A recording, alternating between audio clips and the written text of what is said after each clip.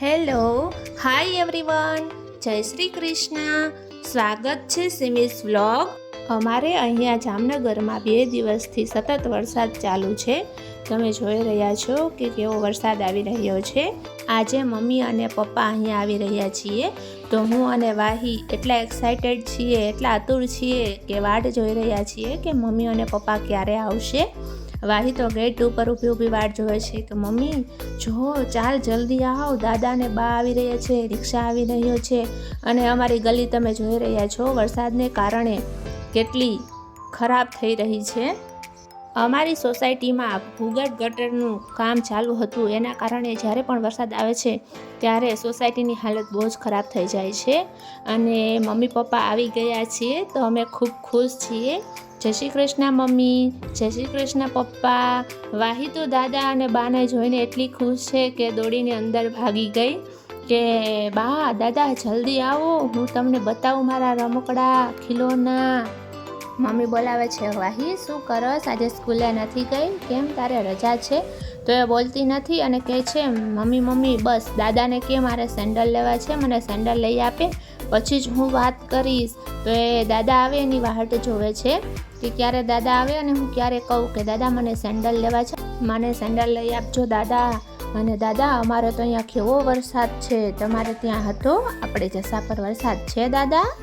દૂરથી ઊભી રહીને દાદા જોડે વાતો કરે છે, કારણ કે દાદાએ હજી એમ નથી કીધું કે હું સેન્ડલ લઈ આપીશ. જ્યાં સુધી એની રિશ્વત પૂરી નહીં કરે ત્યાં સુધી એ દાદા પાસે નહીં જાય. પછી દાદાએ એમ કીધું કે ચાલ આપણે બંને જાશું માર્કેટમાં અને હું તને સેન્ડલ લઈ આપીશ. એટલે દાદા પાસે ગઈ અને મમ્મી ને પપ્પા આવ્યા, ઘણી બધી વસ્તુઓ લઈ આવ્યા છે અને ઘરના છાશ દૂધ. અહીંયા શહેરમાં આપણને સિટીમાં ક્યાં મળે, ગામડા જેવું તો થાય જ નહીં. એમાં પણ દૂધ અને છાશ, અને એમાં પણ ઠાકરસી ચા છે જે અહીંયા જામનગરમાં મેં ઘણી જગ્યાએ ગોતી પણ મળતી નથી. તો મમ્મીને ગામડેથી આવે છે તો હું એમની જોડે જ મંગાવું છું. તો વાહી કે છે આલે મમ્મી તું કહેતી હતી ને ચા પતી થઈ રહી છે, તો બા લઈને આવ્યા છે, હવે મને ચા બનાવી આપજે. મારી વાહી છે ને ચાની ચસ્કુડી છે, ચા જોઈને તો એમ કે મને ચા જ પીવો છે, ચા બનાવ ને મમ્મી. અને દાદા શું તમે પેંડા લઈ આવ્યા છો મારા માટે? હા તો પેંડો લાવો જલ્દી, ખાઈ લઉં, મોઢું મીઠું કરી લઉં.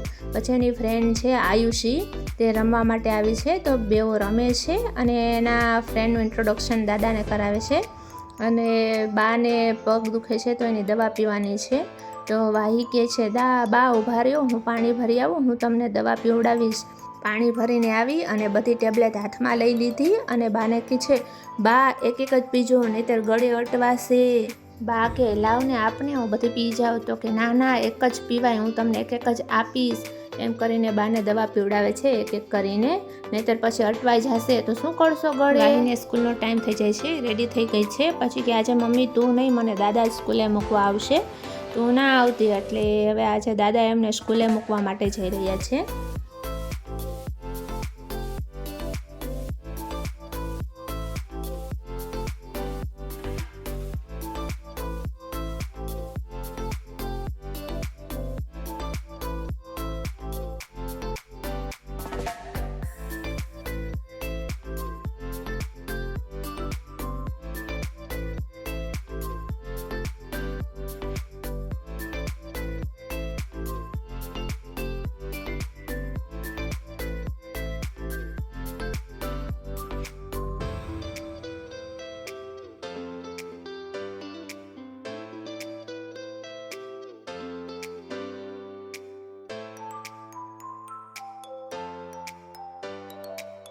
દાદા સ્કૂલે મૂકવા જઈ રહ્યા છે તો બંને વાતો કરતા જાય છે અને કહે છે કે દાદા હું સ્કૂલેથી આવું તો મારા માટે આઈસ્ક્રીમ લેતા આવજો.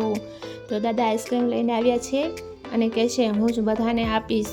બા એક તમારી, દાદા એક તમારી, મમ્મા એક તારી અને એક મારી. ચાલો હવે બધા યમી યમી આઈસ્ક્રીમ ખાઈએ.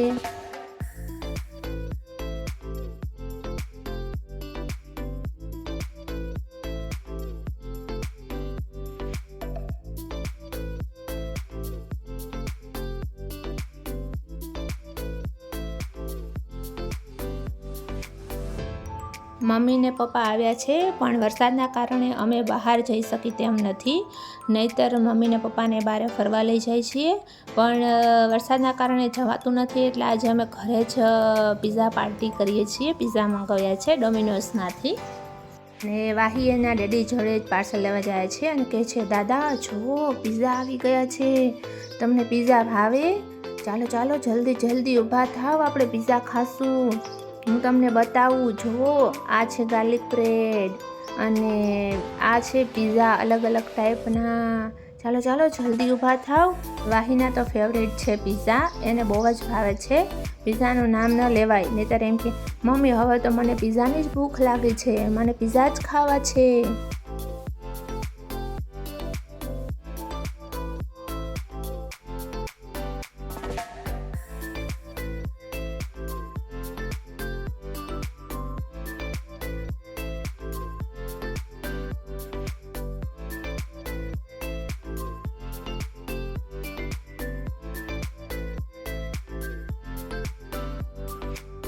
મમ્મીને બીજે દિવસે નીકળી ગયા, કારણ કે મમ્મીને ને એને ખેતરમાં કામ હતું, તો એ લોકો જઈ રહ્યા છે. તો વાહીબેન રીસાણા છે કે દાદાને બાને નથી જવું, અહીંયા જ રોકાય, હું ટાટા નહીં કરું, હું બોલીશ નહીં. મમ્મી અને પપ્પાએ કેટલું વાહીને કીધું કે વાહી બાય ટાટા, ચાલો અમે પછી ફ્રી થઈશું એટલે અમે પાછા આવીશું જામનગર. પણ વાહીએ ટાટા ન કર્યા અને બોલી પણ નહીં, અને રીસાણી છે. હવે મારે મનાવવામાં એને કલાક થઈ જશે.